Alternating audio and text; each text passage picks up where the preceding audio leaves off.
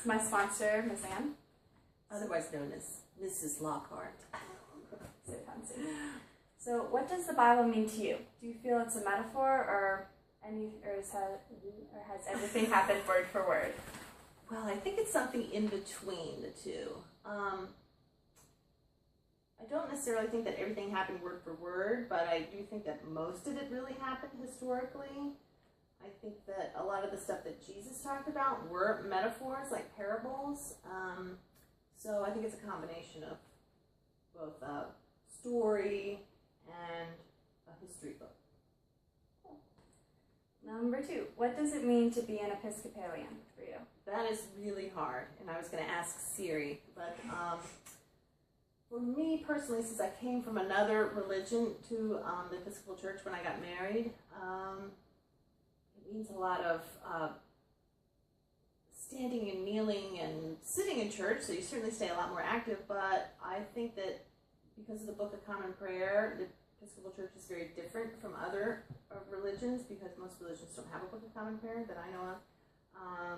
And also I think it's really cool how the priests all have had hands laid on them all the way back in a line, all the way back to St. Peter, and the tie to the church that way. I think that's really cool. So. All right, question 3. You mentioned that you were at another church. Mm-hmm. Were you confirmed in that other church? I was in a Baptist church. I was born to Baptist parents, and so I was not baptized as an infant, but I was dedicated as an infant. So that's sort of like the Baptist version of baptism. You get dedicated, which means the parents dedicate the baby to say that they're going to raise the child in a Baptist religious home. And then when I was 12, I got baptized. So that's kind of like getting confirmed. It's when you're at an age where you're old enough to understand what it means. You do your profession of faith in front of the church, and you get baptized. And I got dunked in a big bathtub in front of everybody. Unless they're going to do dress. What? Were you not wearing a dress?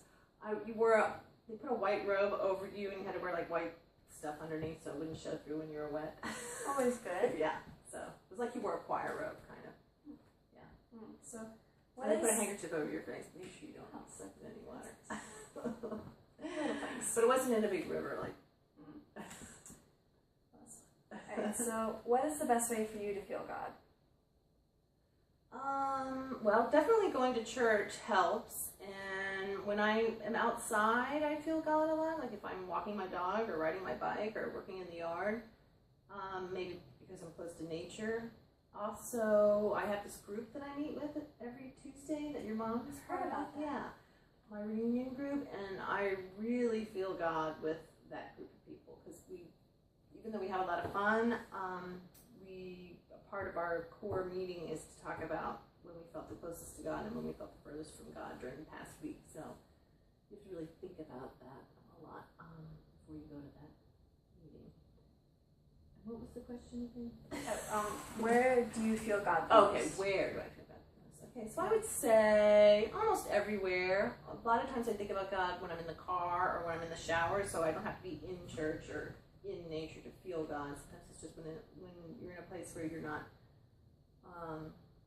being inundated by other stimuli. Like quiet in the morning after the kids have left to go to school and I'm by myself. And when you're not surrounded by a bunch of tiny little children. Yeah, so.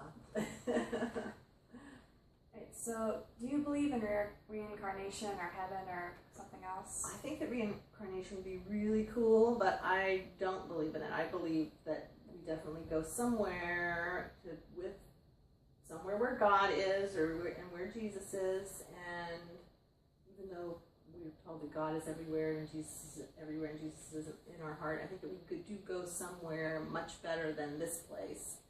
And I don't know if we reunite with people that we knew here, or if it's just so different that we all become one being, or I don't know, but I do believe that there's some kind of heaven out there. What makes Episcopalians different from any other religion? Ooh. Well, I think like the first, was it the second question? Yeah. Or the where we talked about the difference? Yeah. I think it's set apart because, you know, the Book of Common Prayer and like that direct line, you know, back to St. Peter, the fact that we have ordained clergy rather than just people that can, you know, well, I won't go there.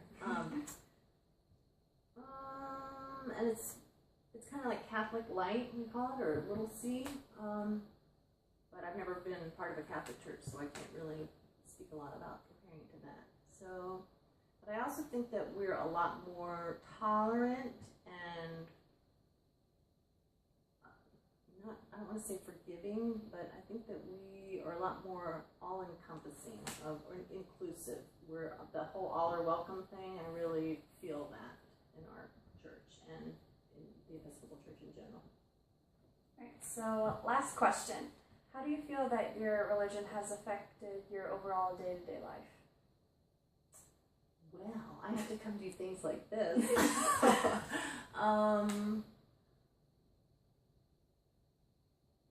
Well, I don't know. I really do try to keep, I don't know, not necessarily the Episcopal part of it, but I try to keep God present. I think it gives me the ability to have respect for human life.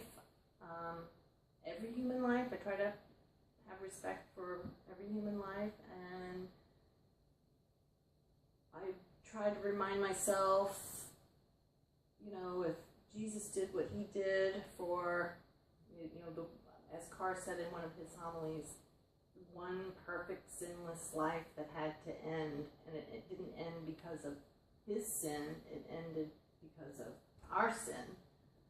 I try to remember that no matter how bad I think something is or somebody else is, or I have to remember that I'm always forgiven for what I've done, so any transgressions against me have to also be forgiven. So in my daily life I try